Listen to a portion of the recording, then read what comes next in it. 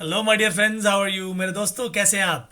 तो आज से हम सीएमए फाउंडेशन के अकाउंटिंग के न्यू सिलेबस जो 2022 का सिलेबस है, माय डियर फ्रेंड्स, वो सारा का सारा जो भी है वो मल्टीपल चॉइस क्वेश्चंस बेस्ड है। राइट, तो ऑब्जेक्टिव टाइप क्वेश्चंस इसमें आने हैं। आज से हम सीएमए फाउंडेशन के स्टडी मटेरियल के क्वेश्चंस को करने जा रहे हैं। राइट, तो जितने भी क्वेश्चंस हमारे स्टडी मटेरियल में दिए हुए हैं, चाहे वो मल्टीपल चॉइस क्वेश्चंस हो, चाहे वो ट्रू फॉल्स क्वेश्चंस हो, चाहे fill in the blanks questions हो, मैं अब ये उसकी सीरीज स्टार्ट करने जा रहा हूं। तो जो भी हमारे सीएमए फाउंडेशन के स्टूडेंट्स हैं वो इसको ज़रूर देखें। जिन लोगों ने अपनी पढ़ाई कर ली है वो सारे के सारे ये वाले सेशंस का फ़ायदा उठाइए, लेकिन जिन लोगों ने अभी तक ये पढ़ाई नहीं की है और वो जो बिल्कुल बेसिक से प्रिपेयर करना चाहते हैं, माय डियर फ्रेंड्स, उनके लिए मैं पूरा का पूरा कोर्स जो है वो लेकर आया हूँ। वो पूरा रिकॉर्डेड कोर्स हमारे पास अवेलेबल है विद प्रैक्टिस।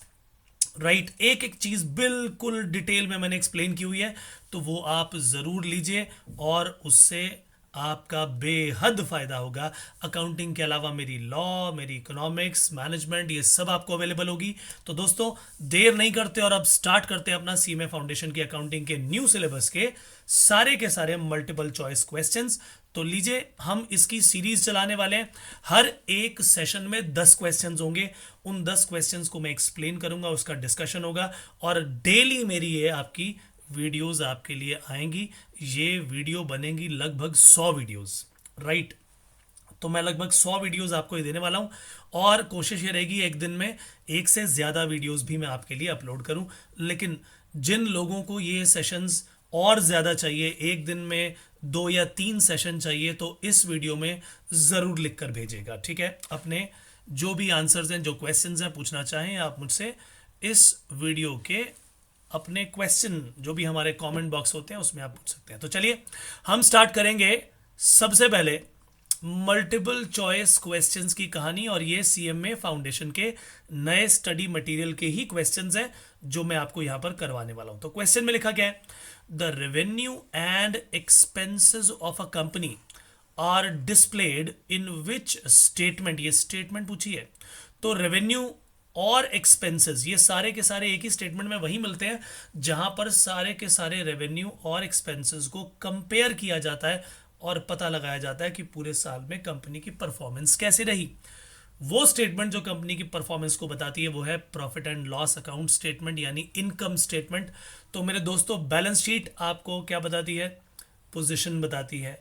कैश फ्लो बताती है कि कैश कहाँ आ रहा है, कितना आ रहा है, कितना जा रहा है, उसमें आपकी इन्वेस्टिंग, ऑपरेटिंग, फाइनेंसिंग, ये सारी एक्टिविटीज़ होती है। राइट, लेकिन ये जो रेवेन्यू और एक्सपेंसेस की है वो बताती है जी इनकम स्टेटमेंट। तो इसका आंसर हो गया सी।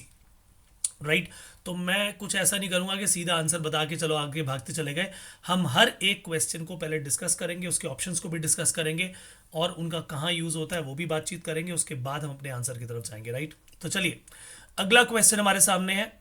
ये पहले का तो आंसर हो गया जी इनकम स्टेटमेंट। तो अगला क्वेश्चन आ गया, the main purpose of financial accounting is. Financial accounting आखिरकार हम क्यों करते हैं। पहला लिखा है जी, to provide financial information to shareholders. Yes, बिल्कुल, जो शेयर होल्डर्स हैं हमारे, जिसने पैसा लगाया हुआ है बिजनेस के अंदर, कंपनी के अंदर, तो भैया उनको इन्फॉर्मेशन चाहिए, उनको प्रोवाइड करनी होती है। टू मेंटेन बैलेंस शीट नहीं, ये तो उसका एक पार्ट है।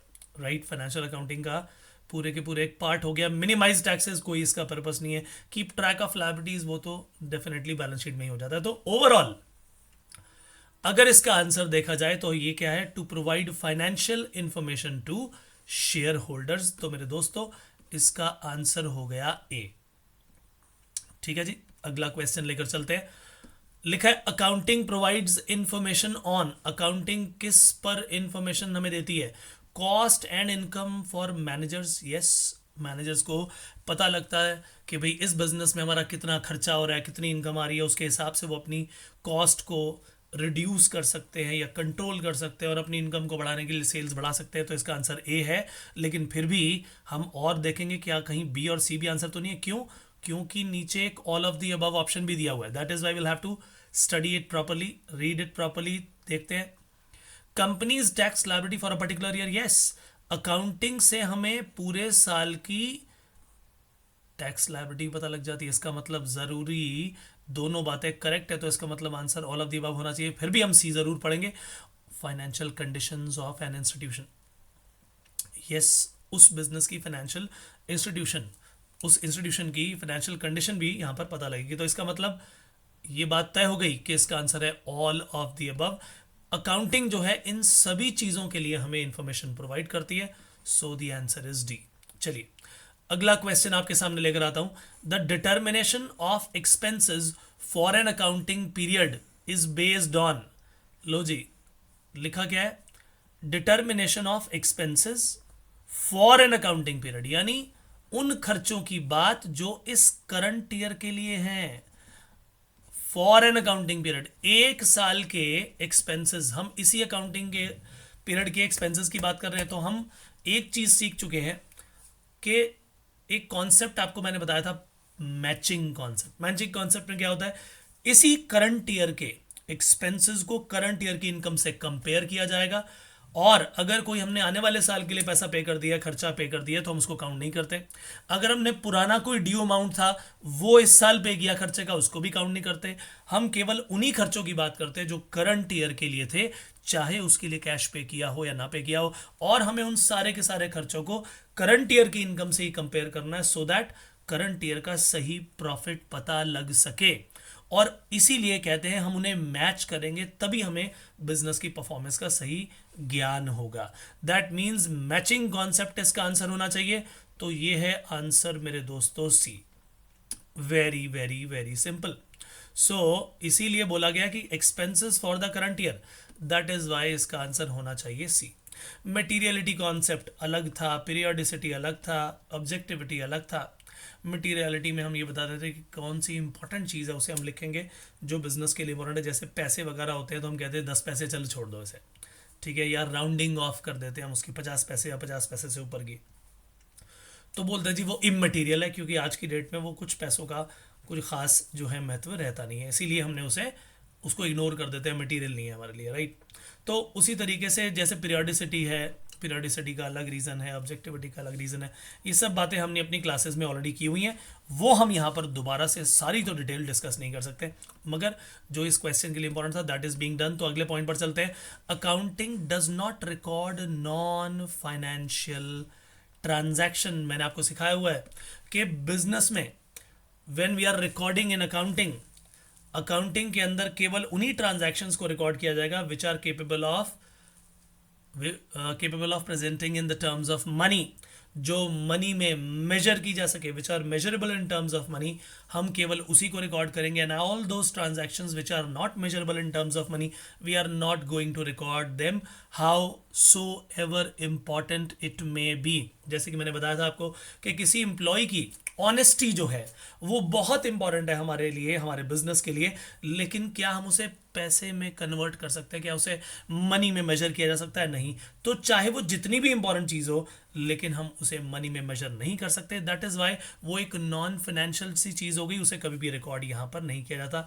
तो इसीलिए अकाउंट्स में अगर कोई ट्रांजैक्शन भी ऐसी होती है जहाँ पर फाइनेंशियल नहीं आपको नजर आ रहा है, मॉनेटरी चीज नजर नहीं आ रही, हालांकि बार्टर सिस्टम आज की डेट में एग्जिस्ट नहीं करता, लेकिन मान लो कहीं बार्टर हो गया, तो क्या आप उसे अकाउंटिंग में रिकॉर्ड कर पाएंगे? तो हम कहते हैं जी ये चीज़ें रिकॉर्ड नहीं कर पाएंगे, तो जो भी करना है वो मॉनेटरी टर्म्स में एक्सचेंज करिए, इसीलिए उसे रिकॉर्ड किया जाएगा, राइट। तो यहां पर आंसर आ गया डी। मनी मेजरमेंट कॉन्सेप्ट होगा ये, तभी उसे रिकॉर्ड किया जाएगा। That means answer is D. चलिए नेक्स्ट पार्ट आ गया आपसे, लिखा provision for doubtful debts, bad debts, कि हमारे आने वाले समय में हो सकता है डेटर इतना पैसा ना दे, हम पहले से अंदाजा लगा के चलते हैं। जैसे हमने उधार पर सामान बेचा और हमारे पुराने एक्सपीरियंस से हमें पता लगता है कि यार हर साल ना 3 से 4% लोग पैसा ही नहीं देते भाई, तो हम कहेंगे ठीक है, जब हमें इतना अंदाजा ही है कि ऐसा पॉसिबल है, तो क्यों ना आने वाले साल के लिए पहले से ही अपनी करंट ईयर की इनकम में से कुछ पैसा निकाल के रख लो, कि इतनी इनकम हमारी है ही नहीं जी। क्यों? हालांकि हमने उधार की सेल्स दिखा दी, सेल बढ़ा दी, तो दिखा दिया जी रेवेन्यू आएगा, मगर आया तो नहीं। अब हम कहते हैं यार इनमें से जो पूरी उधार की सेल होती है ना, इनमें से इतने लोग तो पैसा देते ही नहीं। तो जिसे हम सेल दिखा चुके हैं उधार की और कह दिया कि हाँ हमारा रेवेन्यू है, मगर उसमें कुछ पैसा ना आने की जो हमारी शंका है, उसके लिए पहले ही इनकम को कम करके रख देते हैं, ताकि जो हमारी इनकम्स है वो ओवर वैल्यूड ना नजर आए, वो ओवर एस्टिमेटेड नजर ना आए। इसीलिए पहले से प्रोविजन बना के चलते हैं कि अगले साल इतना प्रोविजन, इतना डाउट है कि इतने लोग पैसा नहीं देंगे, तो इनकम को उतने से कम कर लो। इसे क्या बोलते हैं? Conservative theory. और ये प्रूडेंस पर आधारित है, यानी बुद्धिमत्ता पर, कि यार जो पैसा हमारा नहीं आने का शक, जो इस पर हमें शक है कि वो नहीं आएगा, उसको मैं इस साल की इनकम क्यों दिखाऊं, उसको पहले ही प्रोविजन बना के रख लो। तो अगर आने वाले समय में वो पैसा आ गया तो भैया प्रोविजन छोड़ देंगे, फिर हम उसे उस साल की इनकम दिखा देंगे। आई मीन हम कहेंगे चलो ठीक है जी, नुकसान नहीं हुआ, सीधी सीधी बात है। हर साल इसी तरीके से प्रोविजन बनाया जाता है, राइट। तो जब मैंने आपको फाइनेंशियल स्टेटमेंट्स करवाया था उसमें तो इसको डिटेल में करवाया हुआ है, राइट। तो चलिए, ये किस पर बेस्ड है? कंजर्वेटिज्म पर, प्रूडेंस पर डिपेंडेंट है। कहाँ है कंजर्वेटिज्म या प्रूडेंस? ये रहा। तो कंजर्वेटिज्म किस पर आधारित है? वो प्रूडेंस के प्रिंसिपल पर आधारित है। तो ऐसा भी हो सकता है कि आपके सामने क्वेश्चन में कंजर्वेटिज्म कन्वेंशन की जगह प्रूडेंस आ जाए, तो उसमें प्रूडेंस को आंसर को टिक कर दीजिएगा। फिलहाल आंसर आपका बी है। चलिए, अगला पॉइंट हमारे सामने ही आ गया। Fixed assets and current assets are categorised as per the concept of. ये मेरे दोस्तों मैंने आपको बताया था, जो मैंने आपको बिगिनिंग में गोइंग कंसर्न कॉन्सेप्ट सिखाया था, उसमें ये भी बताई थी बात कि हमने आज अगर बिजनेस शुरू किया तो वो लंबे समय तक चलेगा। हमें ये भी नहीं मालूम भैया उसकी लाइफ कितनी है, उसकी लाइफ इनडेफिनेट है, ऐसा नहीं है कि वो लगातार लंबे समय तक चलता ही रहेगा। ये तो हमें पहले से मालूम है, कोई नई बात तो है नहीं, कोई आगे तो बताएगा नहीं हाँ जी हमारा लंबे समय तक चलेगा, मगर कितने समय तक चलेगा ये भी नहीं पता। हम तो भाई लाइफ लॉन्ग काम करने के लिए बैठे हैं। इसी कारणवश कोई भी बिजनेसमैन उस बिजनेस के अंदर, वो जो ओनर्स हैं, जो बिजनेस चलाने वाले हैं, वो कहते हैं हम तो बिल्डिंग खरीदेंगे, हम तो मशीनें खरीदेंगे। अब मशीनें खरीदनी है, बड़े बड़े प्लांट बना लेते हैं, तो वो किस कारण से? क्योंकि मालूम है कि बिजनेस हमने आज खोल के एक साल बाद बंद नहीं करना। अगर पता हो कि आज एक साल बाद हमने बिजनेस बंद कर देना, तो क्या कोई बिल्डिंग खरीदेगा? करोड़ रुपए लगा के बिल्डिंग खरीदेगा? नो। वो कहेगा भाई किराए पे ले लो। तो अब इसी तरह से, क्योंकि मालूम है कि बिल्डिंग चीज कुछ ऐसी है जो लंबे समय तक चलेगी, मशीनें हैं, राइट, मोटर व्हीकल्स हैं, ये क्यों खरीदे जाते हैं? क्योंकि मालूम है कि बिजनेस की लाइफ जो है वो बहुत लंबी है। तो गोइंग कंसर्न के कारण ही फिक्स्ड एसेट बन जाता है, और फिर उसी कारण से डिफरेंशिएशन शुरू होता है कि अच्छा, कि एक एसेट तो हमारा चल रहा है जी 10 साल, 5 साल, 7 साल, और ये एसेट तो एक ही साल चलेगा या एक साल से कम चलेगा। तो इसी कारण से वो डिफरेंशिएशन क्रिएट हो गया कि भाई फिक्स्ड एसेट क्या चीज है और करंट एसेट क्या चीज है। इसी कारण से वो जो कैटेगराइजेशन पैदा हुआ, उसके पीछे जो रीजन था वो था ये गोइंग कंसर्न अजम्पशन। ये थी going concern assumption, going concern assumption है, ठीक है ना। तो ये है बी, आंसर हो गया B. Very very important part. तो आप देखते जा रहे हो कि जो भी हमारे सामने आंसर आता जा रहा है, तो मैं उसकी एक्सप्लेनेशन भी आपको इसलिए दे रहा हूँ ताकि जिन लोगों ने पढ़ लिया उनकी रिवीजन हो जाए, जिन लोगों ने अभी नहीं पढ़ा थोड़ा सा ज्ञान बढ़ जाएगा भैया, ज्ञानवर्धक होगी ये। सो ओमिशन ऑफ, ये लो पैसे वाला पॉइंट ही आ गया जो मैंने आपको थोड़ी देर पहले बताया था। ओमिशन ऑफ पैसे and showing the round figures in financial statements is based on, बताया था मटीरियलिटी का कॉन्सेप्ट, कि वो मटेरियल नहीं है इसीलिए उन्हें छोड़ दिया जाता है। तो ये तो आंसर, इसकी एक्सप्लेनेशन मैं आपको पहले ही दे चुका हूं। आंसर इज सी, ठीक है जी। चलिए, 2 क्वेश्चन और बचे आज के, इससे अगले सेशन में फिर से मुलाकात होगी और करेंगे, लेकिन पहले 2 क्वेश्चन कंप्लीट कर ले। पहला जो हमारा पार्ट है, इसमें लिखा है P and L account is prepared for the period of 1 year by following what. तो अकाउंटिंग पीरियड अजम्पशन मैंने आपको ये भी बताया था कि जो हमारे बिजनेस की लाइफ है वो तो बहुत लंबी है। तो क्या बिजनेस के लाइफ की एंड में आप पता करोगे अच्छा हमने पूरे बिजनेस में प्रॉफिट कमाया कि नहीं कमाया? नो। हम कहते हैं हर साल अकाउंटिंग बनेगी, उस अकाउंट को फाइनलाइज किया जाएगा और पूरे साल में हमने क्या किया उसको चेक किया जाएगा। तो हमने जब उसे मल्टीपल ईयर्स में बांट दिया, हर साल की अकाउंटिंग करनी शुरू कर दी, तो एक अकाउंटिंग पीरियड बन गया, और उस पीरियड को, उस कॉन्सेप्ट को नाम दे दिया accounting period concept. So my dear friends, this is your answer. Answer is C. Next question is an expenditure is of capital nature, is capital in nature when, उसे कैपिटल नेचर कब मानते हो? The receiver of the amount is going to treat it, no ऐसा नहीं होता कि अपना treat कर लो। इट इंक्रीजेज होना चाहिए, it increases the quantity of fixed asset for the purchase of fixed asset. आपको याद होगा मैंने पूरा का पूरा कैपिटल एंड रेवेन्यू एक्सपेंडिचर और capital receipt and revenue receipt का चैप्टर कराया पूरा, और उसमें ये तो डिटेल कराई है बहुत सारी, राइट। तो उसके हिसाब से तो आंसर ये सीधा मिल गया कि जब भी फिक्स्ड एसेट के अंदर आप पैसा लगाते हो वो सारे के सारे कैपिटल नेचर के कहलाते हैं, राइट। तो आंसर तो बी है, लेकिन फिर भी एक बार पढ़ लेते हैं। It is paid as interest on loan, no, interest on loan तो खर्चा एक्सपेंस है, रेवेन्यू एक्सपेंडिचर है। It is maintained, it maintains a fixed asset, बहुत ही गलत गड़बड़ की हुई है भाई तुम्हारी इसमें सीएमए की बुक में। सीएमए स्टडी मटेरियल है, ठीक है, थोड़ी सी लैंग्वेज की गड़बड़ है, लेकिन वो कह रहे हैं जी इसका कहने का मतलब है कि फिक्स्ड एसेट को मेंटेन करने के खर्चे, और मैंने आपको बताया था अपनी वीडियोस में कि फिक्स्ड एसेट को मेंटेन करने के जो भी खर्चे होंगे वो रेवेन्यू नेचर के कहलाते हैं, राइट। तो इसका मतलब ये हुआ कि आंसर हो गया B. So my dear friends, आज हमारा ये जो पहला सेशन कंप्लीट हुआ सीएमए फाउंडेशन के अकाउंटिंग के नए सिलेबस का मेरे दोस्तों, तो ध्यान रखिए कि ये मैं जारी रखने वाला हूं सीएमए फाउंडेशन की प्रैक्टिस के ही, कम से कम मैं आपके ऐसे 100 वीडियोस आपके सामने लेके आऊंगा, ठीक है ना। तो ये समझ लो कि ऐसे लिखा आएगा 1 ऑफ 100, 2 ऑफ 100, यानी 100 में से पहला वीडियो, 100 में से दूसरा वीडियो, इस तरह की आपकी पूरी सीरीज तैयार करेंगे, ठीक है कि नहीं। तो चलिए, सीएमए फाउंडेशन का हमारा ये जो सफ़र हमने शुरू किया है, प्रभु करे लगातार जारी रहे। फिर से आपको बता दूं कि सीएमए फाउंडेशन के नए सिलेबस की मेरी सारी की सारी क्लासेस अवेलेबल है, ओल्ड सिलेबस जिनका था उनकी भी क्लासेस अवेलेबल है। जो भी चीज़ आपको चाहिए हो आप मेरे इस नंबर पर कांटेक्ट कर सकते हैं। यहाँ पर इस नंबर पर आप व्हाट्सएप कर दीजिए, आपको यहाँ पर पूरी डिटेल्स मिल जाएंगी।